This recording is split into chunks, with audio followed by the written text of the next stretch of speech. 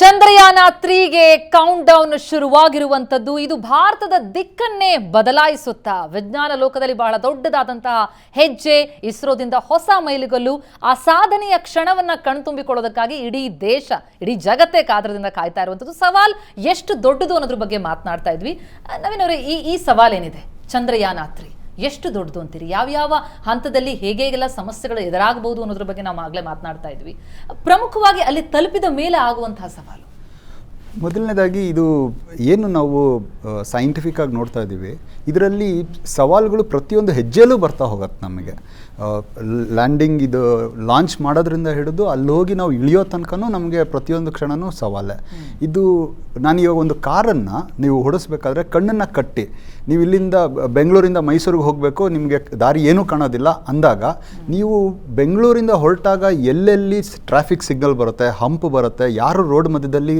ದಾರಿ ಕ್ರಾಸ್ ಮಾಡ್ಬೋದು ಎಲ್ಲ ವಿಷಯಗಳನ್ನು ನಿಮ್ಗೆ ಈಗಲೇ ಗೊತ್ತಿರಬೇಕು ಬೆಂಗಳೂರಿನ ಹೊರಡೋಕ್ಕಿಂತ ಮುಂಚೆ ಸ್ಟಾರ್ಟ್ ಆಗೋಕ್ಕಿಂತ ಮುಂಚೆ ಅದನ್ನು ನೀವು ಊಹಿಸಿ ಆ ಕ್ಷಣದಲ್ಲಿ ನೀವು ಡಿಸಿಷನ್ ತೊಗೊಳ್ಳೋಂಥ ಕೆಪಾಸಿಟಿ ಇರಬೇಕು ಅದನ್ನು ಈಕ್ವಲೆಂಟ್ ನಾವೀಗ ಆಸ್ಟ್ರೋನಮಿಯಲ್ಲಿ ಸ್ಪೇಸಿಗೆ ತೊಗೊಂಡಾಗ ನಮಗೆ ಇರುವಂಥ ಆಸ್ಟ್ರಿಯಾಯ್ಡ್ಸ್ ಇರ್ಬೋದು ಅಥವಾ ನಾವು ಇಲ್ಲಿಂದ ಜರ್ನಿ ಮಾಡ್ಬೇಕಾದ್ರೆ ಮೈಕ್ರೋ ಆಸ್ಟ್ರಿಯಾಯ್ಡ್ಸ್ ಅಂತ ಬರುತ್ತೆ ಆ ಥರದ್ರ ಬಗ್ಗೆ ಗಮನ ಇರಬೇಕು ಆಮೇಲೆ ಟ್ರಾನ್ಸ್ಫರ್ ಆರ್ಬಿಟ್ ಹೋಗುತ್ತೆ ಅಲ್ಲಿ ನಮಗಾಗುವಂಥ ವ್ಯತ್ಯಾಸಗಳು ಸೋಲಾರ್ ವಿಂಡ್ ಏನಾದರೂ ಬಂದರೆ ಅದರಿಂದ ಆಗುವಂಥ ಒಂದಷ್ಟು ಸ್ಪೀಡಲ್ಲಿ ಆಗುವಂಥ ವ್ಯತ್ಯಾಸಗಳು ಅದಕ್ಕೆ ನಾವು ಮೆನ್ಯೂರ್ ಮಾಡೋದಕ್ಕೆ ಕ್ಯಾಲ್ಕುಲೇಷನ್ಸ್ ತೊಗೊತಾ ಇರಬೇಕು ಮತ್ತು ಚಂದ್ರನ ಮೇಲೆ ಇಳಿಯುವಾಗ ನಮಗೆ ಅಲ್ಲಿರುವಂಥ ಸಿಸ್ಟಮ್ ಏನು ಪೇಲೋಡ್ ಇರುತ್ತೆ ಆ ಸಿಸ್ಟಮಲ್ಲಿ ನಾನು ಎಷ್ಟು ಸ್ಪೀಡಲ್ಲಿ ಹೋಗ್ತಾ ಇದ್ದೀನಿ ಎಷ್ಟು ಸ್ಪೀಡಲ್ಲಿ ಇಳಿಬೇಕು ಕ್ರ್ಯಾಶ್ ಆಗದೇ ಇಳಿಬೇಕಾದ್ರೆ ಆ ಎರಡನ್ನೂ ಕ್ಯಾಲ್ಕುಲೇಟ್ ಮಾಡಿಕೊಂಡು ಬ್ರೇಕ್ ಹೊಡೆದ ಹಾಗೆ ಅದು ಥರ್ಸ್ಟ್ ಬಸ್ಟರ್ಸಲ್ಲಿ ರಿವರ್ಸ್ ಆಗಿ ಏನೋ ಇಂಜಿನ್ ಸ್ಟಾರ್ಟ್ ಮಾಡಬೇಕು ಇವಾಗ ನಾವೇನು ಈಗ ರಾಕೆಟ್ ನೋಡ್ತಾ ಇದ್ದೀವಿ ಇದು ಮೇಲೆ ಹೋಗೋದಕ್ಕೆ ನಾವು ಮಾಡ್ತಾ ಇರೋವಂಥದ್ದು ಇದೇ ಉಲ್ಟಾ ನಾವು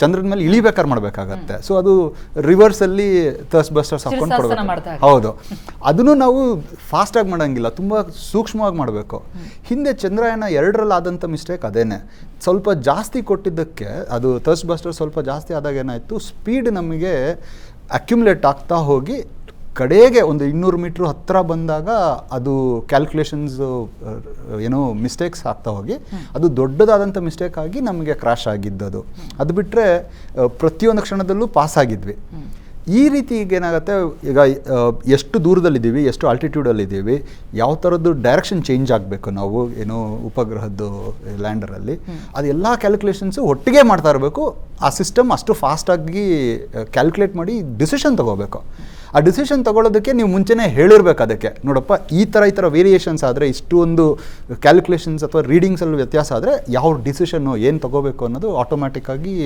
ಡಿಸಿಷನ್ ತೊಗೊಳ್ಳೋಂಥ ಕೆಪಾಸಿಟಿ ಕಳೆದ ಬಾರಿಯ ಚಂದ್ರಯಾನ ಇದೆ ಅದರಲ್ಲಿ ಆದಂತಹ ತಪ್ಪುಗಳು ಈಗ ಸಹಾಯಕ ಆಗ್ತಿದೆ ಆ ತಪ್ಪುಗಳನ್ನು ಸರಿಪಡಿಸಿಕೊಂಡು ಹೋಗ್ತಾ ಇದ್ದಾರೆ ಅಂತ ಈಗ ಇಸ್ರೋ ಚೀಫ್ ಅವರು ಸೋಮನಾಥ್ ಅವರು ಹೇಳಿದ ಒಂದು ವಿಷಯದಲ್ಲಿ ಏನು ಅಂದರೆ ಹಿಂದಿನ ಚಂದ್ರಯಾನ 2ರಲ್ಲಿ ನಾವು ಗೆಲ್ಲಬೇಕು ಅಂತ ಮಾಡಿದಂಥ ಒಂದು ಪ್ರಯತ್ನ ಯಾವ ರೀತಿ ಅಲ್ಲಿ ಸಾಫ್ಟ್ ಲ್ಯಾಂಡಿಂಗ್ ಮಾಡಬೇಕು ಅಂತ ಯೋಚನೆ ಇದ್ದಿದ್ದು ಈಗ ಚಂದ್ರಯಾನ 3ರಲ್ಲಿ ಅವರು ಸ್ವಲ್ಪ ಅವರ ಯೋಚನೆಯನ್ನು ಬದಲಾಯಿಸಿ ನಾವು ಯಾವ ರೀತಿ ಸೋಲ್ಬಹುದು ಆ ಸೋಲುವಂಥದ್ದನ್ನು ಯಾವ ರೀತಿ ನಾವು ಅದನ್ನು ಓವರ್ಕಮ್ ಮಾಡಿ ಅದನ್ನು ತಡೆಗಟ್ಬೋದು ಅನ್ನೋದ್ರ ಬಗ್ಗೆ ಗಮನ ಕೊಟ್ಟಿದ್ದಾರೆ ಸೊ ಸಕ್ಸಸ್ ಆಗತ್ತೆ ಆದರೆ ಗೆಲ್ಲುವಂತೂ ಖಂಡಿತ ಆಗತ್ತೆ ಆದರೆ ಸೋತ್ರೆ ಯಾವ್ಯಾವ ರೀತಿಯಲ್ಲಿ ಸೋಲ್ಬೋದು ಅದಕ್ಕೆ ನಾವು ಏನೇನು ತಯಾರಿ ಮಾಡಬೇಕು ಅಂತ ಮಾಡ್ಕೊಂಡಿರೋಂಥ ಒಂದು ಪ್ರಯತ್ನ ಇದು ಅದರಲ್ಲಿ ಕೆಲವೊಂದು ಚೇಂಜಸ್ ಮಾಡ್ಕೊಂಡಿದ್ದಾರೆ ಚಂದ್ರಯಾನ 2ಕ್ಕೂ ಚಂದ್ರಯಾನ 3ಕ್ಕೂ ಮೊದಲನೇದಾಗಿ ಈ ಒಂದು ಕ್ಯಾಮ್ರಾಯಿಂದ ಗೈಡ್ ಮಾಡ್ತಾ ಇದ್ರು ಚಂದ್ರಯಾನ 2ರಲ್ಲಿ ಈಗ 2 ಕ್ಯಾಮ್ರಾ ಹಾಕ್ಕೊಂಡಿದ್ದಾರೆ ಸೊ ನಮಗೆ ಅಕ್ಯುರಸಿ ಸ್ವಲ್ಪ ಇಂಪ್ರೂವ್ ಆಗುತ್ತೆ ಮತ್ತು ಡಿಸಿಷನ್ ಮೇಕಿಂಗ್ ಕೆಪಬಿಲಿಟಿ ಜಾಸ್ತಿ ಆಗುತ್ತೆ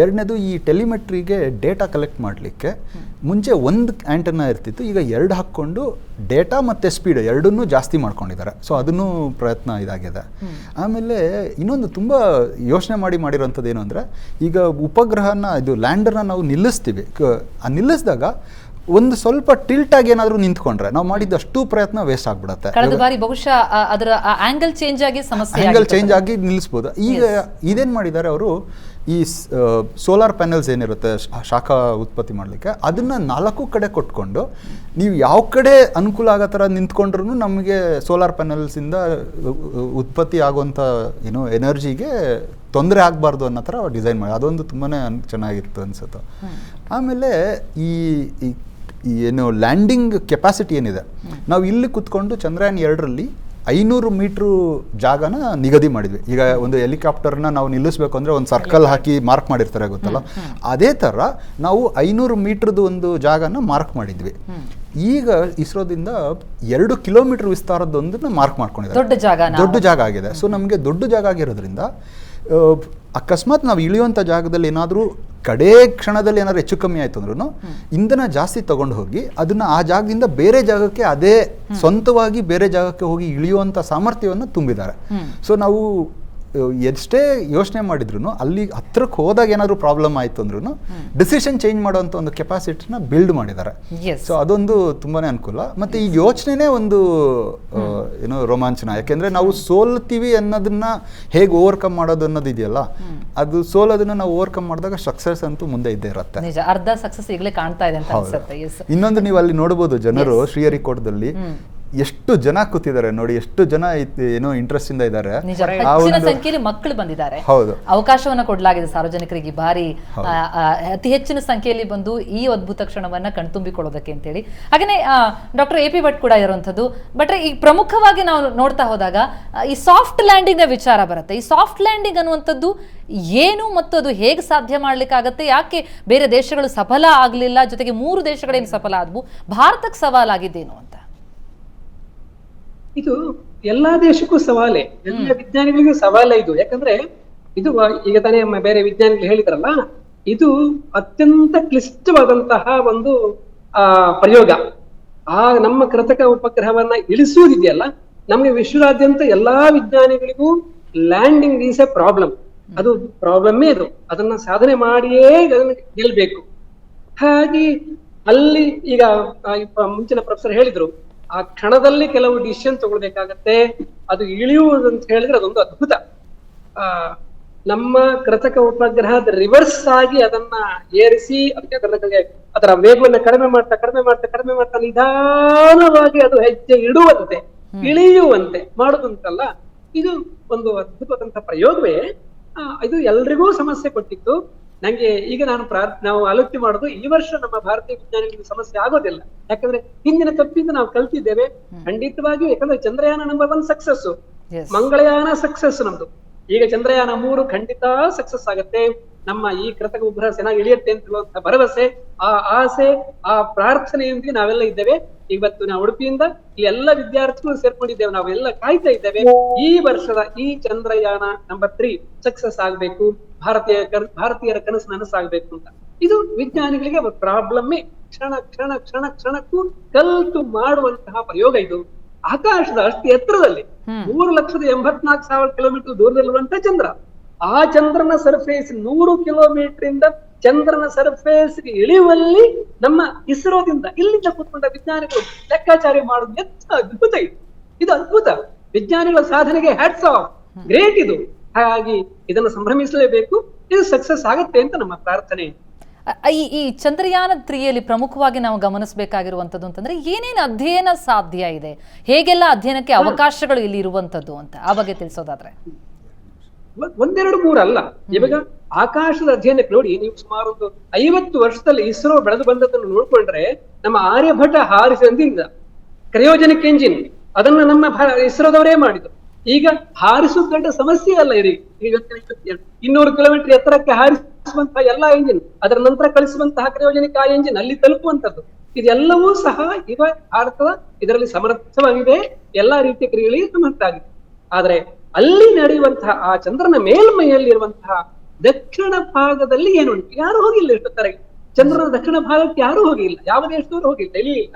ನಾವು ಆ ಚಾಲೆಂಜ್ ತಗೊಂಡು ಅಲ್ಲಿ ಇಳಿದು ಅಲ್ಲಿ ಏನೆಲ್ಲ ಇದೆ ಚಂದ್ರನ ಈ ಒಂದು ಅಧ್ಯಯನ. ಮೇಡಮ್ ಹೇಳಿದ್ರು ಏನು ಎಕ್ಸೋ ಪ್ಲಾನೆಟ್ಸ್ ಬಗ್ಗೆ ಅಂತ. ಆಕಾಶದ ಅಧ್ಯಯನ ಒಂದು ಎಸ್ ಸರ್, ಬಹುಶಃ ಆ ಕ್ಷಣ ಬರ್ತಾ ಇದೆ. ಆ ದೃಶ್ಯಗಳನ್ನ ನಾವೀಗ ನಮ್ಮ ಸ್ಕ್ರೀನ್ ಮೇಲೆ ನೋಡ್ತಾ ಇದೀವಿ.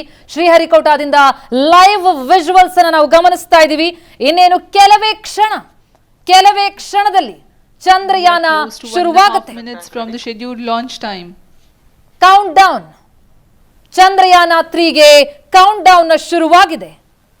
चंद्रना दक्षिण ध्रुव बळि ज्ञात है यह एक ऐतिहासिक मिशन होने वाला है। लैंड पूरे भारतवर्ष की आंखें इसमें हैं।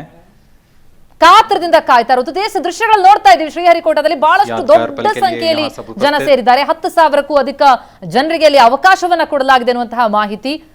ಹೆಚ್ಚಿನ ಸಂಖ್ಯೆಯಲ್ಲಿ ವಿದ್ಯಾರ್ಥಿಗಳು ಬಂದಿದ್ದಾರೆ. -1 minute. अब हम उड़ान से 1 मिनट की दूरी पर -45 seconds. -50 seconds. All sequences armed. Stage ready. -45 seconds.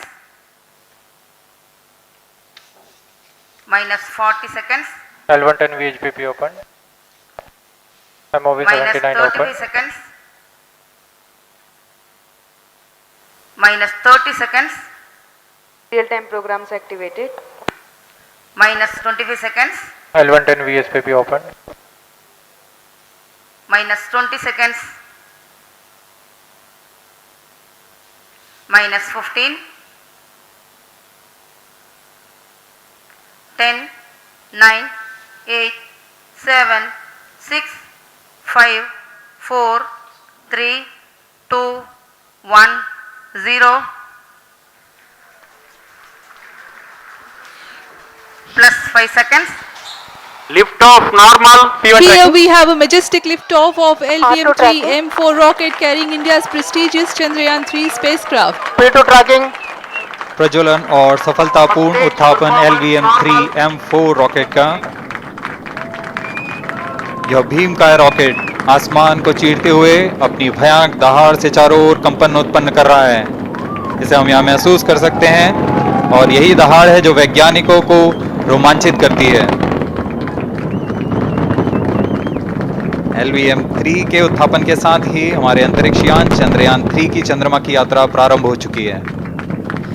As the rocket is soaring through the clear skies, every second moving closer to the accomplishment of the most important milestone in its mission to moon. Every Indian witnessing the launch live is content with the feeling of watching history in the making.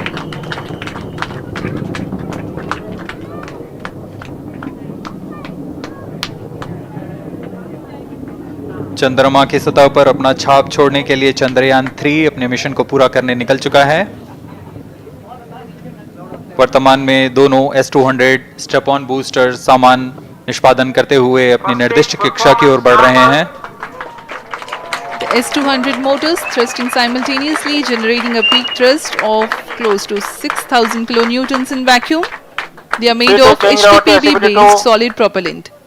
204.5 tons in each strap-on. Close to 2 tons of propellant being burnt each second.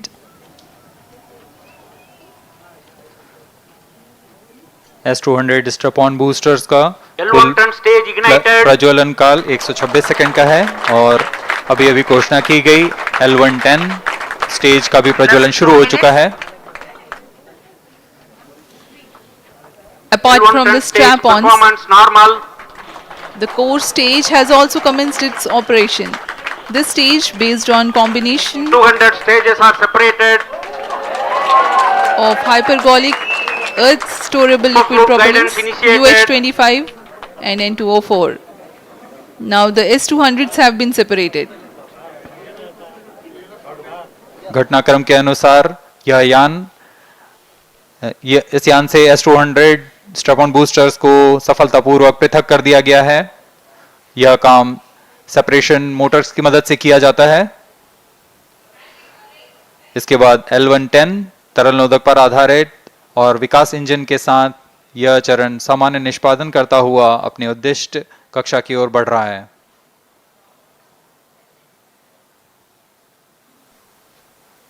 अभियान 3 minutes. Close loop guidance के अंतर्गत है। L1 turn stage performance normal.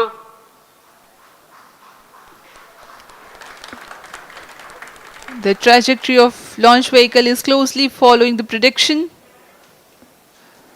Payload fairing separated. जी हाँ, payload pairing को पृथक कर दिया गया है यान से, क्योंकि यान अब 114.8 किलोमीटर की ऊंचाई प्राप्त कर चुका है। इस चरण का कुल प्रज्वलन काल 200 सेकेंड होता है और इस दौरान यह करीब 1600 किलो न्यूटन का प्रणुद उत्पन्न करता है। We are 220 seconds past the launch time. Current altitude is 135 kilometers. In the 200 seconds of its operation, the L-110 stage carries the rocket up to 175.5 kilometers altitude and imparts a relative velocity of 4.18 kilometers per second, that is 250 kilometers every minute. L110 stage performance normal. LVM-3 M4 rocket का द्वितीय चरण पूर्णतः सामान्य निष्पादन करते हुए इस चरण में कुल 113 टन के तरल नोदक भरे जाते हैं।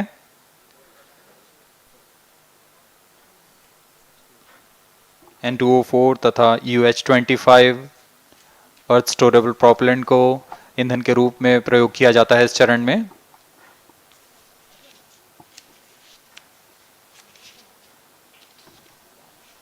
Stage ignition is authorized. अगला चरण C-25 का प्रज्वलन भावी है। plus 5 minutes.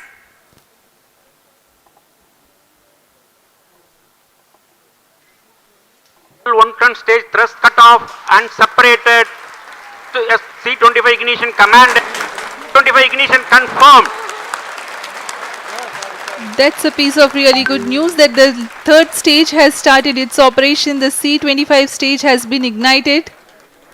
जी हाँ, एक बहुत ही जटिल प्रक्रिया होती है क्रायो इंजन का इग्निशन और इसके प्रज्वलन के साथ ही तालियों की गड़गड़ाहट से गूंज उठा है मिशन नियंत्रण कक्ष। तृतीय चरण C-25 वर्तमान में प्रणोद उत्पन्न कर रहा है। पूर्णतः सामान्य, सभी तंत्र पूर्णतः सामान्य हैं। 118 kilonewtons thrust in vacuum is what the stage develops with its 28.6 tons propellant combination of liquid hydrogen and liquid oxygen. Present altitude Stage is low. performance normal. तृतीय और यह अंतिम चरण है इस यान का C-25। यह क्रायो ईंधन पर आधारित चरण है जिसमें लिक्विड हाइड्रोजन, लिक्विड ऑक्सीजन का इस्तेमाल होता है। इसमें कुल 28 टन का क्रायो ईंधन पूरी सुरक्षा तथा सावधानी के साथ भरा जाता है। इस चरण में 186 किलोन्यूटन का प्रणोद उत्पन्न होता है और यह करीब 640 सेकंड तक प्रज्वलित रहेगा। इसमें दिशा नियंत्रण के लिए इंजन जिम्बल का इस्तेमाल किया जाता है। क्रायो ईंधन का विशिष्ट आवेग 446 सेकंड के करीब होता है।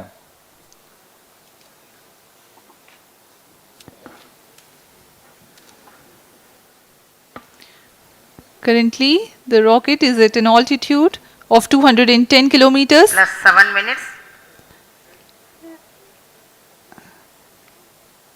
While there is no much variation in altitude, this stage will add to the relative velocity immensely.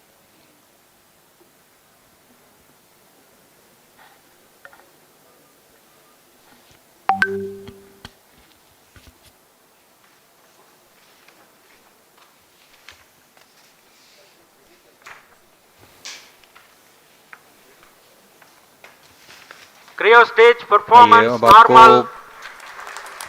Payload के बारे में जानकारी देते हैं। लैंडर मॉड्यूल्स पे कई वैज्ञानिक प्रयोगों के लिए पेलोड्स लगाए गए हैं।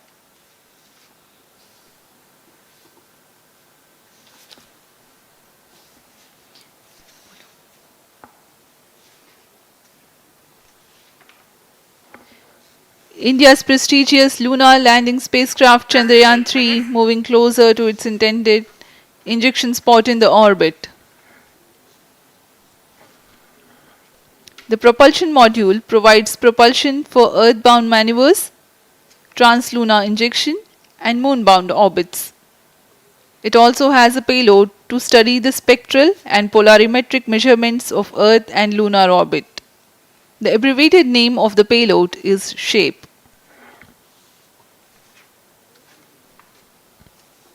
Among the payloads of the lander module, the following are included. A Langmuir probe called Rambha to measure the near surface plasma density, that is the density of ions and electrons and it changes with time. The second payload is Chandra's Surface Thermophysical Experiment or CHASTE to measure thermal properties of lunar surface near polar regions.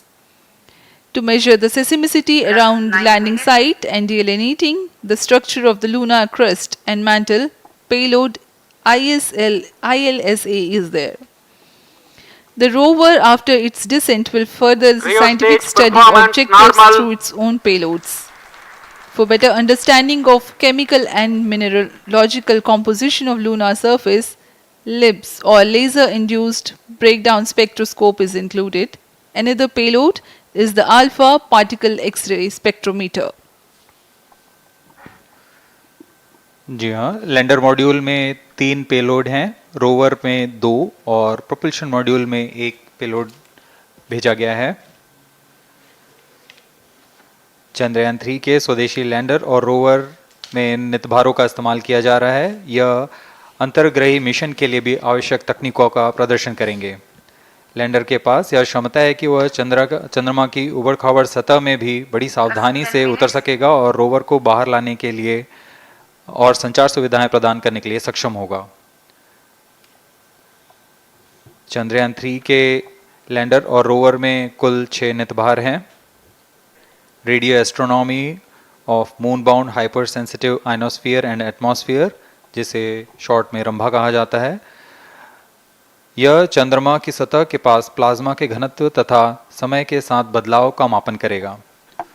इसके बाद चंद्र surface thermophysical experiment चंद्रमा के ध्रुवीय सतह के आसपास की thermal properties का मापन करेगा। Instrument for lunar seismic activity landing site के आसपास के क्षेत्र में भूकंप जैसी गतिविधियों का पता लगाएगा। रोवर में चंद्रमा की सतह के तत्वात्मक विश्लेषण के लिए लेजर इंड्यूस्ड ब्रेकडाउन स्पेक्ट्रोस्कोप और अल्फा पार्टिकल एक्सरे स्पेक्ट्रोस्कोप इसका इस्तेमाल किया जा रहा है। एक बहुत ही दिलचस्प वैज्ञानिक निर्धार है shape स्पेक्ट्रोपोलैरिमेट्री of habitable planet earth, जो कि चंद्रमा से पृथ्वी से परावर्तित नियर इंफ्रारेड किरणों का विश्लेषण दूसरे जीवन सहायक ग्रहों को खोजने में मदद करेगा।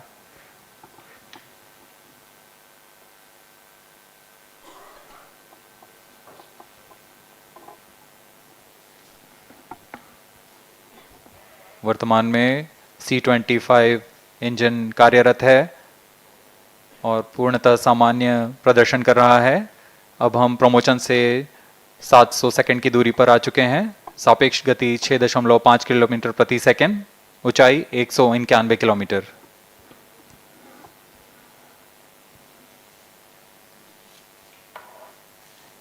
As we have told you about the Chandrayaan 3's upgrades in the aspects of enhanced robustness through extensive ground tests and simulation. During the last phase, ನೋಡ್ತಾ ಇದೀವಿ ಬಹುನಿರೀಕ್ಷಿತ ಚಂದ್ರಯಾನ 3 ಯಾನ ಶುರುವಾಗಿರುವಂತದ್ದು। ಮೇಡಮ್, ಯಾನ ಆರಂಭ ಆಗಿದೆ, ಈ ಹಂತಗಳನ್ನ ತಾವು ನೋಡ್ತಾ ಇದ್ದೀರಿ, ಅದು ಹೇಗೆ ಸಾಗ್ತಾ ಹೋಗುತ್ತೆ ಅಂತ? ಅಲ್ಲ, ಈಗ ಅವ್ರು ಎಕ್ಸ್ಪ್ಲೈನ್ ಮಾಡ್ತಾ ಹೋದ್ರು ಫಸ್ಟ್ ಸ್ಟೇಜ್, ಸೆಕೆಂಡ್ ಸ್ಟೇಜ್ ಅಂದರೆ ಅದರಲ್ಲಿ ಈಗ ನಮ್ಗೇನಾಗ್ತಿದೆ, ರಾಕೆಟ್ಟು ಒಂದು ವೆಹಿಕಲ್ ಅಥವಾ ವಾಹನ, ಅದರ ತುದಿಯಲ್ಲಿ ನಮ್ಮ ಪೇಲೋಡ್ ಇರೋದು, ಪೇಲೋಡ್ ಅಂತ ಹೇಳ್ತಿದ್ರಲ್ಲ. ಪೇಲೋಡ್ ಅಂತಂದ್ರೆ ಏನು? ಎಲ್ಲ ಉಪಕರಣಗಳ ಒಟ್ಟು ಮೊತ್ತ, ಲ್ಯಾಂಡರು, ರೋವರು, ಅಲ್ಲಿರೋ ಸ್ಪೆಕ್ಟ್ರೋಮೀಟ್ರು ಅವೆಲ್ಲ ಸೇರಿಸ್ಕೊಂಡಿರೋವಂಥದ್ದು ಪೇಲೋಡು. ಈ ಹಂತದಲ್ಲಿ ಏನಾಗ್ತಿದೆ, ಖಾಲಿ ಆಗುತ್ತಲ್ಲ, ಏನು ಖಾಲಿ ಆಗುತ್ತೆ, ಫ್ಯೂಯಲ್ ಖಾಲಿ ಆದಮೇಲೆ ಆ ಖಾಲಿ ಪೆಟ್ಟಿಗೆನ ಯಾಕೆ ಎತ್ಕೊಂಡು ಹೋಗ್ಬೇಕು ಅಷ್ಟು ದೂರ, ಅದು ಕಳಿಸ್ತಾರೆ. ಮೇಲ್ಗಡೆ ಓದಂಗೆ ಏನೇನು ಫ್ಯೂಯಲ್ ಖಾಲಿ ಆಗುತ್ತಲ್ಲ, ಆ ಟ್ಯಾಂಕ್ಗಳೆಲ್ಲ ಕಳಚ್ಕೊಂಡು ಕೊನೆ ಹಂತದಲ್ಲಿ ಈ ಒಂದು ಪೇಲೋಡು ಸಪರೇಟ್ ಆಗುತ್ತೆ. ಆ ಪೇಲೋಡು ಸಪರೇಟ್ ಆಗೋದು ಅದ್ಭುತವಾದ ಕ್ಷಣ. ಆ ಪೇಲೋಡ್ ಒಳಗಡೆ ಮತ್ತೆ 2-3 ಇದೆ, ಲ್ಯಾಂಡರ್ ಇದೆ, ರೋವರ್ ಇದೆ, ಅವೆಲ್ಲ ಸಪರೇಟ್ ಆಗೋದು ಚಂದ್ರನ ಮೇಲೆ. ಈ ಕ್ಷಣದಲ್ಲಿ ಸಪರೇಟ್ ಆಗೋದು ರಾಕೆಟಿನಿಂದ ಪೇಲೋಡು ಸಪರೇಟಾಗಿ ಏನು ಮಾಡುತ್ತೆ, ಭೂಮಿಗೆ ರೌಂಡ್ ಹಾಕುತ್ತೆ. ಸೊ ಆ ಕ್ಷಣಗಳಿಗೆ ನಾವು ಸಾಕ್ಷಿ ಆಗ್ತಿದ್ದೀವಿ. ಉದುರಿದ್ದನ್ನು ನೋಡಿದ್ವಿ ನಾವು, ಬೇರೆ ಬೇರೆ ಫ್ಯೂಯಲ್ ಮುಗಿದ ತಕ್ಷಣ ಖಾಲಿಯಾದಂಥ ಡಬ್ಬಿಗಳು ಉದುರಿದ್ದನ್ನ ತುಂಬ ಸಿಂಪಲ್ ಟರ್ಮ್ಸಲ್ಲಿ ಹೇಳ್ತಿದ್ದೀನಿ ಜನಸಾಮಾನ್ಯರಿಗೋಸ್ಕರ. ಸೊ ಅದೆಲ್ಲ ಕಳಚ್ಕೊಂಡು ಈಗ ಪೇಲೋಡು ಸಪ್ರೇಟ್ ಆಗಿದೆ, ಇನ್ನೂ ಆಗಿಲ್ಲ, ಅದು ಪ್ರಪಲ್ಷನ್ ಇನ್ನೂ ನಡೀತಾ ಇದೆ. ಸೊ ಮೇಲ್ಗಡೆ ಫುಲ್ಲು ಪೇಲೋಡ್ ಇದೆ. ಇದು ಕೂಡ ಅದ್ಭುತವಾದಂಥ ಒಂದು ಹಂತ. ಸೊ ಈ ಒಂದು ಹಂತ ನಾವು ಸಕ್ಸಸ್ ಆಗಿದ್ದೀವಿ ಈಗ. ಸೊ ಎರಡನೇ ಹಂತಕ್ಕೆ ಇನ್ನೊಂದು ಕೆಲವು ಕ್ಷಣಗಳಲ್ಲಿ ಮುಂದುವರಿತೀವಿ. ಈ ಅದು ಪ್ರಪಲ್ಷನ್ ಉಡಾವಣೆ- ನಮಗೆ ಬೇಕು. ಉಡಾವಣೆ ಆರಂಭ ಆ ಕ್ಷಣ ಇದೆಯಲ್ಲ, ಇದೇ ಬಹಳ ದೊಡ್ಡ ಸವಾಲಿನ ಕೆಲಸ ಅದ್ಭುತ. ಅನ್ಸುತ್ತೆ. ಅದು ಅದೇ ಎಲ್ರಿಗೂ ಅರ್ಥ ಆ ಆಗ್ಬೇಕು. ಜಾಗದ ಬಗ್ಗೆ ತಾವು ಹೇಳೋದಾದ್ರೆ, ಸೈಟ್ ತಾವು ಏನ್ ವಿಸಿಟ್ ಮಾಡಿದ್ರಿ, ಹೇಗಿರುತ್ತೆ ಅದು, ಹೇಗೆ ಉಡಾವಣೆ ಸಾಧ್ಯ ಆಗುತ್ತೆ? ಶ್ರೀಹರಿಕೋಟಾದಲ್ಲಿ ಹೋದಾಗ ಆ ರಾಕೆಟ್ ಲಾಂಚ್ ಸೈಟ್ ಆಯಿತಾ, ನಮ್ಮ ವಿಶೇಷವಾದ ಅನುಮತಿ ಮೇಲೆ ವಿದ್ಯಾರ್ಥಿಗಳ ಜೊತೆ ನಾವು ನೋಡಿದಾಗ ಅಲ್ಲಿ ಸೀಯಿಂಗ್ ಈಸ್ ಬಿಲೀವಿಂಗ್ ಅಂತ. ನಾವು ಕೂತ್ಕೊಳ್ಳುವಾಗ ಎದ್ದೇಳಕ್ಕೆ ಏನು ಮಾಡ್ತೀವಿ, ಕೈನ ನೆಲಕ್ಕೆ ಕೊಟ್ಟು ಸಪೋರ್ಟ್ ತೊಗೊಂಡು ಮೇಲಕ್ಕೆ ಎದ್ದೇಳ್ತೀವಿ ಅಲ್ವಾ. ಅದೇ ತರಹ ಇಲ್ಲಿ ರಾಕೆಟ್ ಮೇಲಕ್ಕೆ ಹೋಗಬೇಕಾದ್ರೆ ಅದರಲ್ಲಿ ಇರುವಂತಹ ಫ್ಯೂಯಲ್ಲು ಉರಿದಾಗ ಏನಾಗುತ್ತೆ, ಆ ಬೆಂಕಿ ನೆಲಕ್ಕೆ ಒತ್ತಿದಾಗ ಅದಕ್ಕೆ ಅಪ್ಥ್ರಸ್ಟ್ ಕೊಡುತ್ತೆ. ಅಪ್ಥ್ರಸ್ಟಿನ ಮೂಲಕ ಅದು ಹೋಗುತ್ತೆ. ಅಪ್ಥ್ರಸ್ಟ್ ಅಂದರೆ ಮೇಲ್ಮುಖ ಒತ್ತಡ ಕೊಡುತ್ತೆ.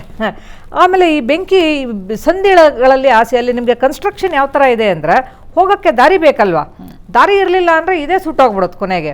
ಸೊ ನಿಮಗೇನು ಬೆಂಕಿ ಕೆಳಗಡೆ ಹೋಗುತ್ತೆ ಅದು ಎಲ್ಲ ಚಾನಲ್ಗಳಲ್ಲಿ ಎದ್ದು ಬರೋದ್ರಿಂದ ನಿಮಗೆ ಅಗಲವಾಗಿ ಬೆಂಕಿ ಕಂಡು ಅದರ ಮಧ್ಯೆ ಇದು ರಾಕೆಟ್ ಹೋದ ಹಾಗೆ ಕಾಣುತ್ತೆ.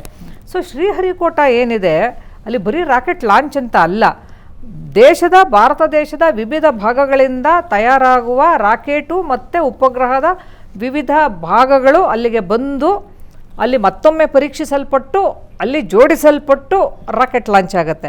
ರಾಕೆಟ್ ಲಾಂಚ್ ಆಗೋದು ಮತ್ತು ಉಪಗ್ರಹ ಲಾಂಚ್ ಆಗೋದು that it self is a process. ನಮಗೆ ಅಲ್ಲಿ ಅದಕ್ಕೆ ಬಳಸುವಂಥ ಇಂಧನ ಇದೆಯಲ್ಲ, ಸಾಲಿಡ್ ಪ್ರೊಪಲೆಂಟ್ ಇರುತ್ತೆ, ಲಿಕ್ವಿಡ್ ಪ್ರೊಪಲೆಂಟ್ ಇರುತ್ತೆ, ಕ್ರಯೋಜೆನಿಕ್ ಪ್ರೊಪಲೆಂಟ್ ಇರುತ್ತೆ. ಯಾವ ಲಾಂಚ್ಗೆ ಯಾವುದು ಬೇಕು ಅಂತ ಡಿಸೈಡ್ ಮಾಡ್ತಾರೆ, ಯಾಕಂದರೆ ಒಂದೊಂದಕ್ಕೆ ಒಂದೊಂದು ಪ್ರಾಪರ್ಟಿ. ಸಾಲಿಡ್ ಅಂತಂದರೆ ಘನವಸ್ತುವಿನ ರೂಪದಲ್ಲಿರುವಂತಹ ಪ್ರೊಪಲೆಂಟು, ಲಿಕ್ವಿಡ್ ಅಂದರೆ ದ್ರವ ವಸ್ತು, ಅಲ್ಲಿ ಆಕ್ಸಿಜನ್ನು ಮತ್ತು ಹೈಡ್ರೋಜನ್ನು ಅಂತ ಹೇಳ್ತಾ ಇದ್ರು. ಕ್ರಯೋಜೆನಿಕ್ ಅಂತಂದ್ರೆ ಅತ್ಯಂತ ತಣ್ಣನೆಯ ವಾತಾವರಣದಲ್ಲಿ ಮೇಂಟೈನ್ ಮಾಡುವಂತಹ ಒಂದು ಇಂಧನ. ಯಾಕೆ ಲಿಕ್ವಿಡ್ ಪ್ರೊಪಲೆಂಟನ್ನು ಬಳಸ್ತಾರೆ ಅಂದರೆ ಹೆಚ್ಚಿನ ದೂರದ ಹಂತಗಳಲ್ಲಿ ಲಿಕ್ವಿಡ್ ಪ್ರೊಪಲೆಂಟ್ಗಳಿಗೆ ಅಲ್ಲಿ ಮ್ಯಾನೋವರಿಂಗ್ ಸುಲಭ. ಅಂದರೆ ನಲ್ಲಿನ ತಿರುಗಿಸೋದು ಮತ್ತು ಬಿಡೋದು ಇದೆಯಲ್ಲ, ಅದು ಲಿಕ್ವಿಡ್ ಪ್ರೊಪಲೆಂಟಲ್ಲಿ ನಮಗೆ ಸ್ವಲ್ಪ ಅನುಕೂಲ ಆಗೋದ್ರಿಂದ ಹೆಚ್ಚಿನ ಹಂತಗಳಲ್ಲಿ ಲಿಕ್ವಿಡ್ ಪ್ರೊಪಲೆಂಟ್ ಬಳಸ್ತಾರೆ. ಈಗ ಹೋಗ್ತಿರೋದೆಲ್ಲ ಲಿಕ್ವಿಡ್ ಪ್ರೊಪಲೆಂಟ್ ಮೇಲ್ಗಡೆ. ಈಗಿರೋ ಪ್ರಪಲ್ಷನ್ ಏನಿದೆ ಅದು ಚಂದ್ರನ ಹತ್ರ ಹೋಗೋ ತನಕನೂ ನಮ್ಗೆ ಬೇಕು, ಹತ್ತತ್ರ ಹೋಗೋ ತನಕನೂ ಮ್ಯಾನುವರ್ ಮಾಡೋಕ್ಕಾದ್ರೂ ಇರಬೇಕು ಆಯ್ತಾ. ಈಗ ಒಂಚೂರು ಇವಾಗ ನಾವು ಕ್ರಯೋಜೆನಿಕ್ ಸ್ಟೇಜ್ನ ಅದನ್ನ ನಾವು ಈಗ ಸಪ್ರೇಟ್ ಮಾಡಿದೀವಿ ಅಂತ ಅಲ್ಲಿ ಅನೌನ್ಸ್ ಮಾಡ್ತಾ ಇದ್ದಾರೆ. ಅಂದ್ರೆ ಈಗ ಕ್ಷಣದಲ್ಲಿ ನಮ್ಮ ನೋಡಿ ಹೋಗ್ತಾ ಇದೆ ಈಗ ಕ್ರಯೋಜೆನಿಕ್ ಸ್ಟೇಜಿಂದ ನಮ್ಗಿರುವಂಥ ಪೇಲೋಡ್ ಏನು ಸ್ಯಾಟಲೈಟ್ಸ್ ಇದೆ ಅದು ಇವಾಗ ಸಪ್ರೇಟ್ ಆಗ್ತಾ ಇದೆ. ಸೊ ಇಲ್ಲಿ ತನಕ ನಮ್ಮ ರಾಕೆಟ್ ಲಾಂಚಿಂಗ್ ಸ್ಟೇಜು ಮುಗೀತು ಅಂತ ಅರ್ಥ. ಸೊ ಇವಾಗ ಏನು ಶ್ರೀಹರಿಕೋಟಾದಿಂದ ರಾಕೆಟ್ ಲಾಂಚ್ ಮಾಡ್ತಾರೆ ಅದು ಈ ಗಳಿಗೆ ತನಕ ಕ್ರೂಷಿಯಲ್ ಆಗಿರುತ್ತೆ. ಉಡಾವಣೆ ಯಶಸ್ವಿ ಉಡಾವಣೆ ಇವತ್ಗ ನಾವು ಯಶಸ್ವಿ ಅಂತ ಹೇಳ್ಬೋದು.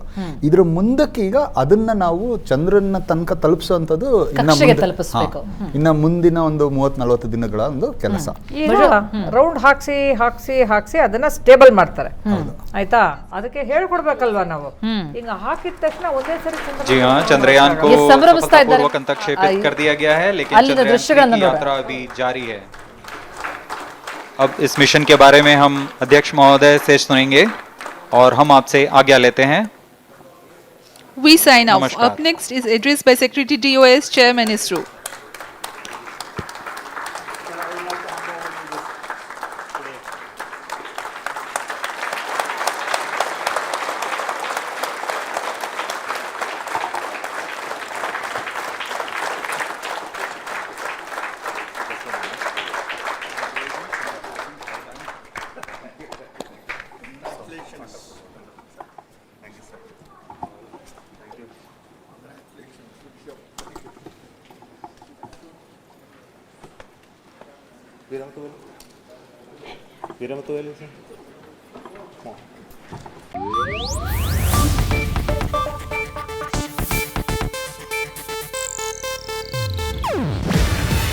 ಇದು ಏಷ್ಯಾನೆಟ್ ನ್ಯೂಸ್ ನೆಟ್ವರ್ಕ್ ಪ್ರಸ್ತುತಿ.